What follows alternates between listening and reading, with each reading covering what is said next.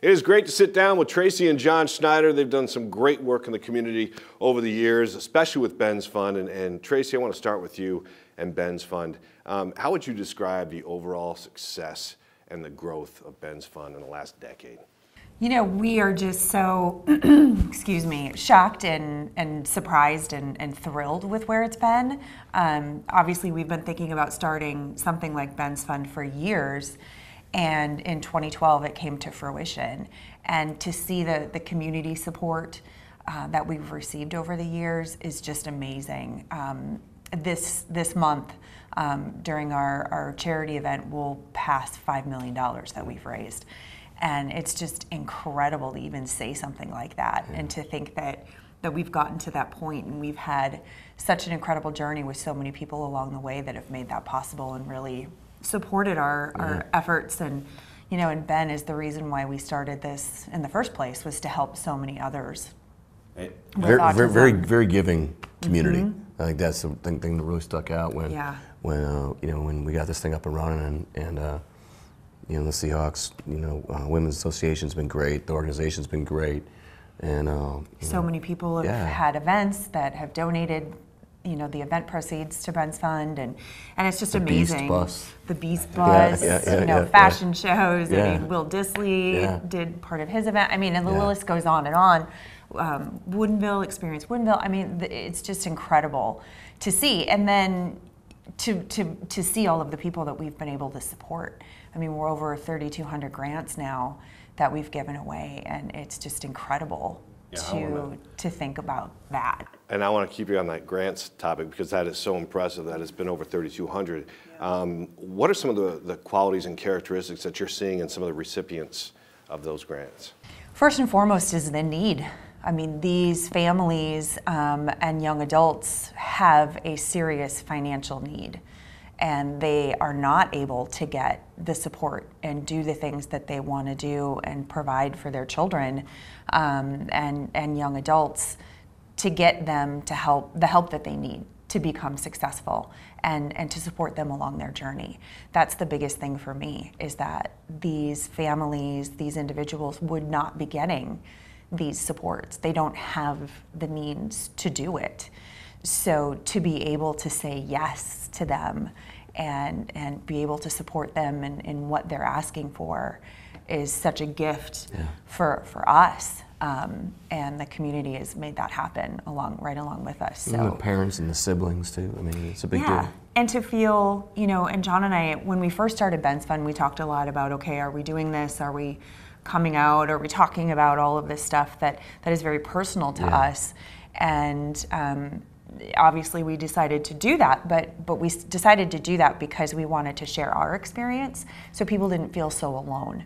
Because you can feel really alone as a mom, as a dad, as a family, when you have autism inside your house, because a lot of people won't understand the ins and the outs of that. So we wanted to share our experience so people didn't feel so alone and isolated. And also, like you say a lot too, just to provide that hope. And there's somebody else out there that's going to support you, and that's there, and that gets it, and we got you. Yeah. You started Ben's Fund in 2012. He's now 21 years old, Ben. Can you talk about some of the challenges over the years of raising a young adult on the spectrum, especially through the pandemic? Wow. Oh, wow. Yeah. The pandemic was rough, and it was rough for anybody who was a parent, let alone a parent of a child that has special needs. I think that's why he was so excited to get ready to move out. He was tired of us. I'm done with you guys. He graduated in 2020. So the last part of his senior year was definitely a struggle. And that was the same time we were hosting the draft in our home. Oh, yeah. And we have 2 kids that are trying to do online learning, and we're having our house rewired and all that kind of stuff. It didn't feel much like the pandemic for us, but but it was a lot. It was a lot for the kids. It was just a lot for our household and our family.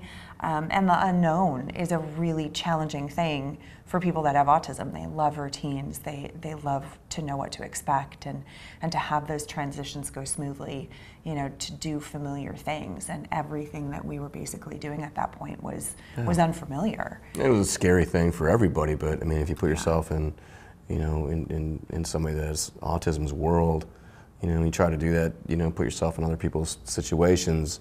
I mean, I couldn't imagine, you know, what he was going through, you know, thinking the fear of what this means. And so, you know, he definitely never wanted to go outside. He wanted to just, you know, be very much to himself, and rightfully so. Yeah. And a lot of it too was just, you know, a lot of anxiety and a lot of, you know, he has all of the isms and things like that. So, you know, there's just a lot of challenging pieces for Ben to deal with and handle on a day-to-day basis, let alone, you know, when we were all kind of thrown into that. Yeah.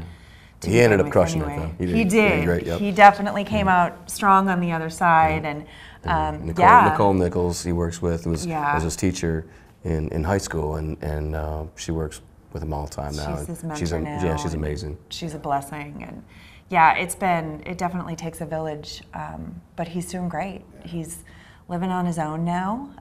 We went through that whole process, which was crazy and amazing and scary all at the same time. And he is really successful. He's doing great. Traci can go over there on her own, unannounced. I can't. No. Yeah. No. Yeah, Jack and I are a little bit bay, right? I have to have a formal invitation. He either needs to come with me or he needs some heads up. Yeah. He loves his mom. Yeah. Well, you talk about him being so successful. Before I let you go, I want to talk about Small Ego Art, because I went to the website and looked at some of his works, and it's really impressive. I mean, where does he get the inspiration, the creativity from? Because these are fabulous. Yeah. I mean, and people can purchase them at smallegoart.com, which is great. You also have the originals there, which is like really impressive too. These are the prints, but where does that all come from? And did it surprise you too? He was always into it. He was always really into it, and then I think part of the pandemic too really took off with Nicole and Rachel. I think a lot of it, he's always done art. John, you have one in your office that I think he did when he was probably 3 or 4. Right. And as a kid, we used art as an opportunity for therapy. So his therapist would go with him to art classes when we were living in Green Bay. And it was kids his same age, and Miss Donna was, she was so amazing and so supportive of Ben, and opening, you know, her studio for Ben and his therapists, and really tried to be so understanding with him and his needs. And Ben has always been drawn to art. And I think it's such a great sensory tool for him. Yeah. I think it's such a great calming thing for him. It's a way to express himself in a safe place. And I've always had art built into Ben's days at school, to make sure that there was something that was an outlet for him, that was kind of a break, that was kind of that calming time during his day.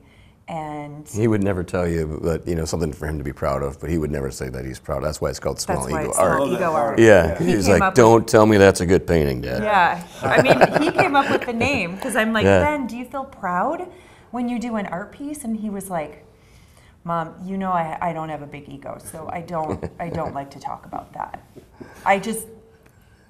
I'm happy when it's, I'm happy with it. Yeah, but that's how we got the name.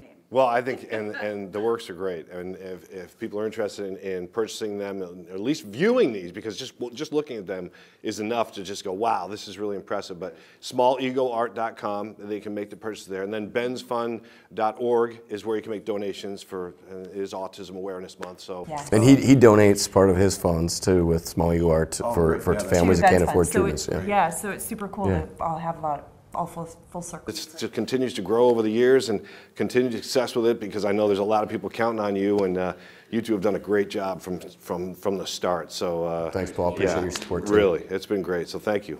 Yeah, thank you. Thank you.